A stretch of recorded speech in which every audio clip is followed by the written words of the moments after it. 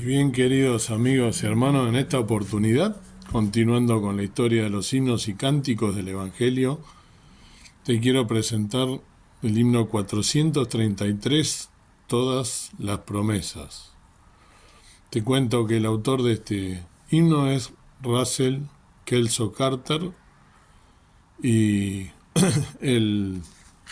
uno de los tantos pasajes que puede hacer referencia a la letra de este himno se encuentra en la segunda carta del apóstol Pedro, segunda Pedro, capítulo 1, versículo 4, que dice: por las cuales nos son dadas preciosas y grandísimas promesas, para que por ellas fueseis hechos participantes de la naturaleza divina, habiendo huido de la corrupción que está en el mundo por concupiscencia. Qué importante es poder participar, como dice acá Pedro, de las promesas, ¿no?, del Señor, a partir de, ¿no?, la naturaleza divina de nuestro Dios, como dice acá. Todo por la persona de nuestro Señor Jesucristo, que tenemos nosotros este privilegio de ser partícipes de las grandes y preciosas, grandísimas, dice, y preciosas promesas que tenemos de parte de nuestro Dios. Hermoso poder ser parte de ellas. Bueno, y este himno comienza a sonar, muy conocido. Te voy a leer algo acerca del autor mientras tanto. Como dije, Russell Kelso Carter, 1849-1928, fue un atleta estrella de una academia militar y un excelente estudiante académico, que llegó a ser un exitoso maestro y entrenador. Luego pasó varios años como ministro metodista ordenado, después de lo cual fue a la escuela de medicina. Pasó el último de sus años profesionales como doctor en medicina.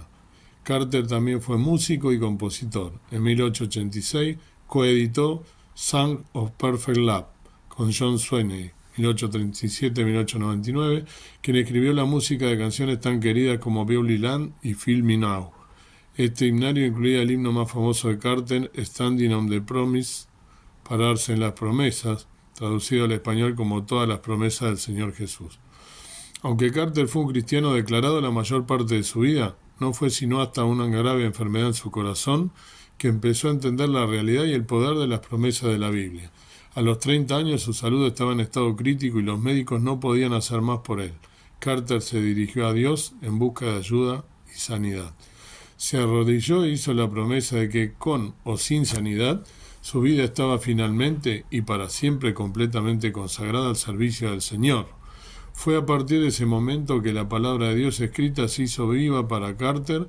Empezó a apoyarse en las promesas de Dios, determinando creer sin importar su condición física, sin importar cómo se sintiera. En el transcurso de los siguientes meses su fuerza regresó y su corazón fue completamente curado. Carter vivió otros 49 años saludables. El himno que Carter había escrito varios años antes de que su milagro de sanidad se convirtiera en algo más que palabras y música para él.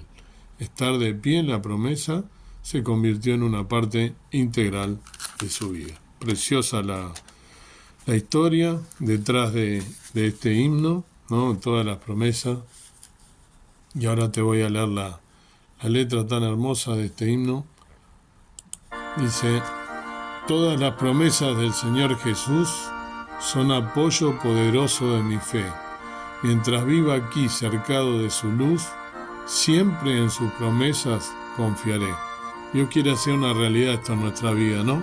Que no sea solo leer un texto y decir Dios me hace promesas, sino confiar realmente en esas promesas a través de la fe en nuestro Señor Jesucristo, en aquel que nos rescató de la perdición eterna a la luz admirable. Dios quiera que podamos confiar en esas promesas.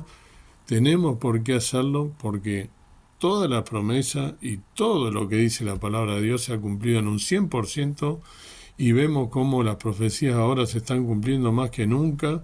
Aquellas que restan, se está armando todo para el Salmo 83, no es el tema de este video, pero vemos cumplidas las promesas, con lo que pasa en Medio Oriente, como todas las promesas, todo lo que pasa, se está cumpliendo. Por lo cual, ¿por qué vamos a dejar de creer entonces en las promesas que Dios nos hizo? El coro dice: grandes, fieles, la promesa que el Señor Jesús ha dado. Grandes, fieles, en ella para siempre confiares. Por eso digo, que sea una realidad, realmente confiar en ella, en la palabra de Dios, en la promesa que nos dio a sus hijos. Toda su promesa para el hombre fiel. Fíjense, ¿para quién? Para el hombre fiel. El Señor en sus bondades cumplirá, y confiado sé que para siempre en Él, paz eterna mi alma gozará. Muchas veces nosotros decimos, la palabra de Dios dice esto, pero conmigo no se cumple. Eso es justamente lo que tengo que poner a pensar. Hay un montón de bienaventuranzas, ¿no?, en la palabra de Dios. Tengo que leer el texto completo, no lo que me conviene a mí, no solo la promesa. En un texto, por ejemplo, dice, por lo general, una bienaventurado el hombre que, tal cosa, porque ello es, pero para eso, aquel que es fiel a la palabra de Dios, porque tal cosa. Si yo no soy fiel, no se puede cumplir la promesa. Hay una condición previa que yo debo cumplir para que esa promesa se cumpla.